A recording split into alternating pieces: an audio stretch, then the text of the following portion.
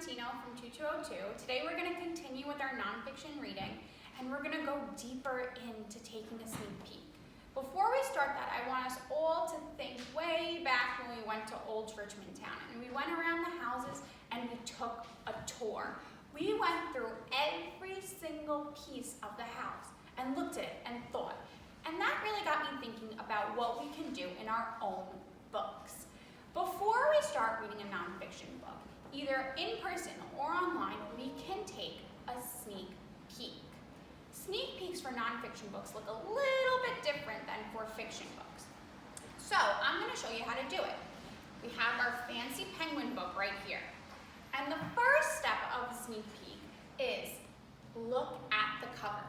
Now when we look at the cover, we just don't look at the picture, we read the title, Penguins. So that already gives me a good idea of what the book is going to be about. It's going to be about penguins. Then we turn it over and read the blurb. There is no blurb in this book. So if there is no blurb, you go to the next step. But before you do, I want us to think, what do we think this book is going to teach us about? I think penguins, and just from the picture here, I think that it's going to teach us about parent penguins and baby penguins. Now the next step of a nonfiction sneak peek is to look at the table of contents. The table of contents is a text feature that shows us each section of the book and what it's going to be about. So what are penguins? Many penguins, penguins family trees, a penguin's body, penguins' homes, hunters and hunted, in the water, moving on land, stay warm, keeping cool, rookeries, mating, baby penguins, growing up, penguin facts, words to know and index, and then what's in the picture. So then the next step in a nonfiction sneak peek is a little different. This is a tour, so we have to go through every part of the book, but I want you to hunt for nonfiction text features. So we're going to start already. I see a heading, which is like the title of a page. What are penguins? And images. Ooh, these penguins look a little funny to me. These look like the penguins I know.